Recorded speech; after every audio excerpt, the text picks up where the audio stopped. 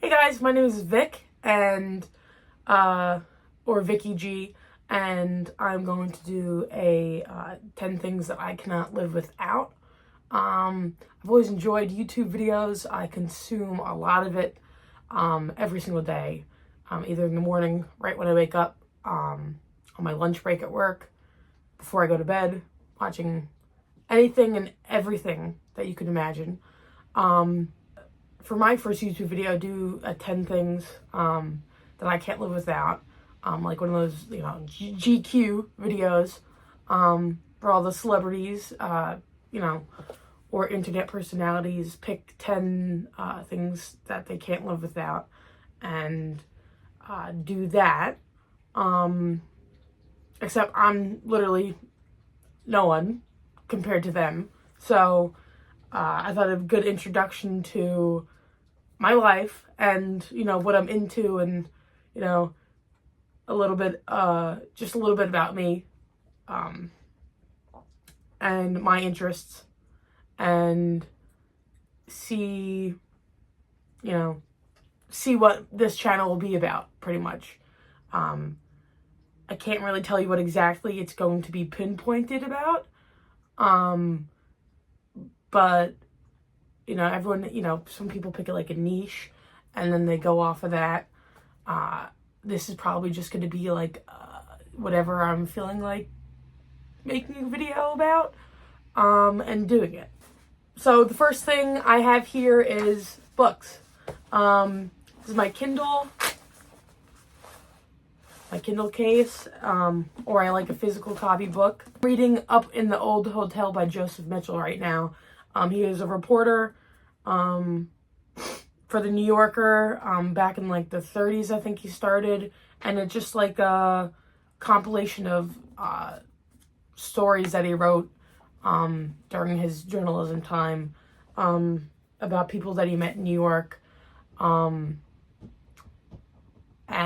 I just really like the writing style of it and learning a little more about New York's history of so many different people coming together and living in one place. So I think that's really cool. I also read like books like Frida McFadden, Fourth Wing, that type of stuff. Murder mysteries, romance, smut, really anything that I find interesting. The second thing I cannot live without is Diptyque Orpheon. I got this when I was in London. I never really been too much into, perfume. And then when I was in London and I got this, ever since then, I love it. I would say this is like my signature scent. So I love this one so much. It smells so good. Got my mom, my aunt, my cousin, my brother, got everyone on it. Third thing I cannot live without. It's kind of boring.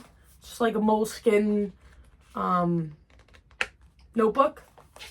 I write, I doodle on there in the front, but I write, homework notes, lesson plans, notes just about whatever is going on. I've gone through a lot of different notebooks, just having them to write random things in, and I never really found one that I could say like, oh, let me buy that one again. But I think this came in a 3-pack, maybe a 4-pack. And I think after I use the 2 that I have left, I will be getting more of these. They're just something about the feeling of these I enjoy very much. So that's another essential. The fourth thing that I cannot live without is a planner. These things are fantastic. Put anything and everything that I'm doing in here.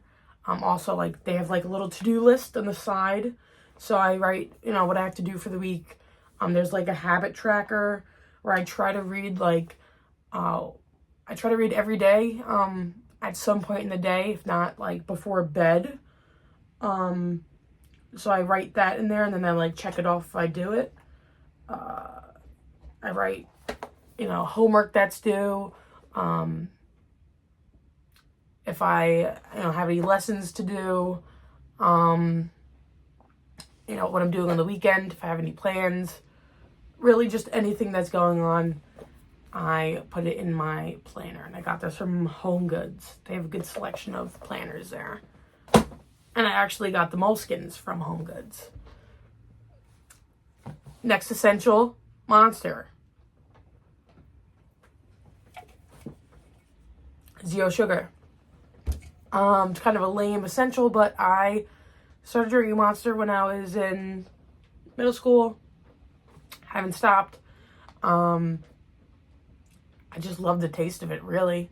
It doesn't really like amp me up or anything. Just the taste of it.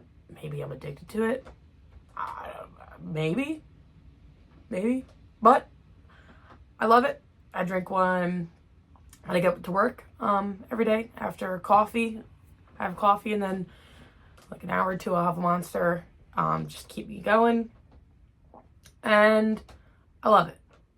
It has to be zero sugar though. The low carb one's pretty good, but zero sugar is where it's at. My next essential, this one's a little fun. It's a little Lego box I got at Target. But in here, I have just pieces of broken Lego sets that I have to put back together. These little Lego brick separators. These are super essential. These are fun. It helps you if you don't want to hurt your nails or a piece is too tight, you could take them apart. And I love Legos. As you can see, I have some Lego sets over here, and then I have some up there. I'm an avid Lego fan. I love to build them, and I don't think I could be doing it this much without one of these little Lego separators. And I also like the colors that they come in. I don't have an orange one in here. I just have two blue ones, but I think I have some orange ones in a box in my closet. But I even like on eBay they have some like the older brick separators that they first came out with, and I'm tempted to just get one day. They're like big, and I think those are really, really cool, even just to have, not to use, because I wouldn't want to break that one. So let's get into my next essential. My next essential is my laptop. I am on this thing every single day, submitting homework assignments, typing emails, searching random things. One thing that I learned in college and in grad school, you have to check your email every single day, especially working. You have to check your email every single day because you're not going to be in the loop and you might miss things that are very important.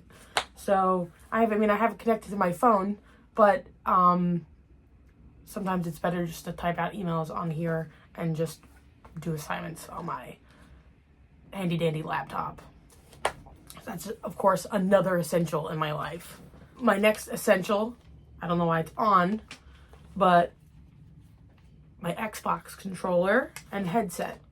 I play Xbox every single day. If I miss a day, something's askew. But I love playing video games with my family and my friends. Fortnite, you better believe I'm on that. Call of Duty, I'm on that. Just got Ready or Not, still trying to figure that out. If it's not on my Xbox, playing on my Switch, love it. So, of course you need these. You need a controller to play, and you need a headset to talk to other people. So that is an essential in my life. Got two more essentials. The next one is music. I actually just got a record player this past weekend, and I've always liked the sound of listening to records. My dad had one years ago. We actually just tried to get it going again because it wasn't played for a while, but it was broken, so I just went out and got a new one. But something about listening to records, the sound is different. It kind of feels like you're there at a concert, and you could, I don't know how to describe it. Just, I like it better than listening to it on my phone or with my headphones. Don't get me wrong, there's nothing wrong with that. But the sound quality on a record, and just, I think it's fun being able to take the record out, the vinyl, put it on the record player, start it, get it going, and then once it's done, you have to flip it, start all over again. So I took my dad's old records and my grandpa's old records that he saved. There's not too many of them, but so I have those. And then my first record that I bought myself, Blood Orange Essex Honey. He is a phenomenal artist. I was fortunate to see him twice, opening up for Harry Styles at the Garden, and then by himself at Brooklyn Steel. And he is just a phenomenal artist, and he's probably my favorite artist, to be honest. And this album is just unlocks something else in me. So this is definitely an essential, and I am so happy to have it in vinyl. I think that the cover looks a lot better on here than just like the little Spotify logo. So this is definitely something I'll be playing a lot of. I listen to music every day on the way to work, on the way back to work, going home for lunch, in the shower, all the time. Listen to music all the time, and I'm very fortunate to be able to just go out and get a record player and have a collection already there that I could play. So that is awesome. My last essential is movies. These are just 3 movies that I have that I recently got, DVD, physical DVD. Growing up, my family has bonded over movies, specifically Batman and like superheroes and villains, or even just watching like weird movies, scary movies that get you to think. And we're always going to the movie theaters. I like going to the movie theaters. It's fun. Being able to sit there and watch it in a room full of other people and seeing it for the first time, rather than just playing it on my Xbox on like Prime Video, Netflix, or one of those streaming services. There's nothing wrong with that, but going to the movies and then I like having physical copies that I can just pop in. Got Materialist, Pedro Pascal, Dakota Johnson, and Chris Evans, and it was written and directed by Celine Song. But it's funny, I love this movie so much, and one of my best friends went and saw this, and she did not like it at all, and she was saying that I liked it just because Pedro Pascal was in it, and who knows, that could be true, but I just like the story, the romance of, what she was going through, and, how she picked who she wanted to be with. And I understand her point of Dakota Johnson's character of, wanting more security and not wanting to risk it on Chris Evans' character, because he was kind of like floating around to different jobs and he wasn't as steady. And Pedro Pascal, very rich man in the movie, and in real life, but she liked the security and safety of being with him, and she could have it all with him, without thinking about it. But spoiler alert, she picks Chris Evans at the end, and it is a fantastic movie. I wouldn't say it's a rom-com. I don't remember. There was like a funny line or two. Actually, there was a funny part with Pedro's character. But I just love this movie so much, so I had to get it in physical copy. These two are James Spader movies. David Cronenberg, Crash. Just watched this recently. Let me tell you, this movie is so strange. Cronenberg, of course, it's going to be strange, but it's about people who get off on car crashes, and just how the music in the background, it's like so trippy. It's dark. You know it's a Cronenberg movie when you're watching it. Another classic, Secretary, but with James Spader and Maggie Gyllenhaal, by Steven Shainberg. I don't know if that's how you say it, but I just love this copy. I got it from this place called Orbit DVD online, and that's what the cover looks like. Slipcover. Very, very nice. And I think there's only a certain amount made. There's number 329. But Maggie Gyllenhaal's character, she gets out of a, you know, I don't know, I don't want to call it a mental institution, but like a hospital for self-harm, and she's going through a lot. She gets a job as a secretary. She meets James Spader's character, Mr. Gray, and they have this dom-sub relationship that James Spader's trying to, like, slowly trying to see if, you know, Lee Holloway can take the bite for it. He kind of gets like a vibe that she might be into that. She needs control in her life, and that's what she's looking for. And they get into a day-to-day relationship of she's doing work for him, and in these different positions and different, you know, different ways of grabbing papers and, or, you know, grabbing letters and typing. And then it comes to a halt, and she starts to scramble. She wants that control, you know, to be controlled and told what to do. And they find their way back to each other.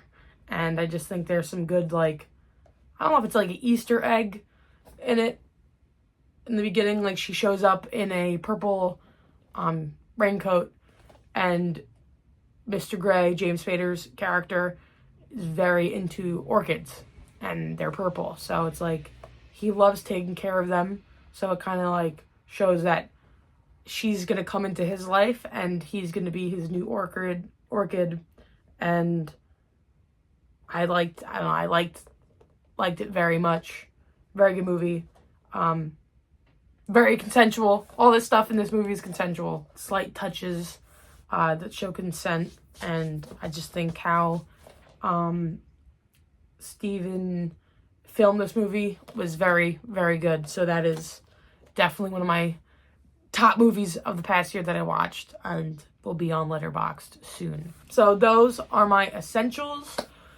Just a little bit about me and into my life, of what I'm into, and I'm not sure what my next video is going to be, but it will definitely be something. Either maybe movie related, book related, Lego related. You know, I watch a lot of YouTube and TikTok, of course, and all those type of things. So maybe I'll do a video on something that I saw online that I got in a loophole in, and make a video about that. Maybe video game, maybe be playing video games. That'd be kind of cool. I'd have to figure out how to do that. But yeah, so my name is Vic, Vicky G. That's my channel name, and I will see you guys next time. Thanks for checking in.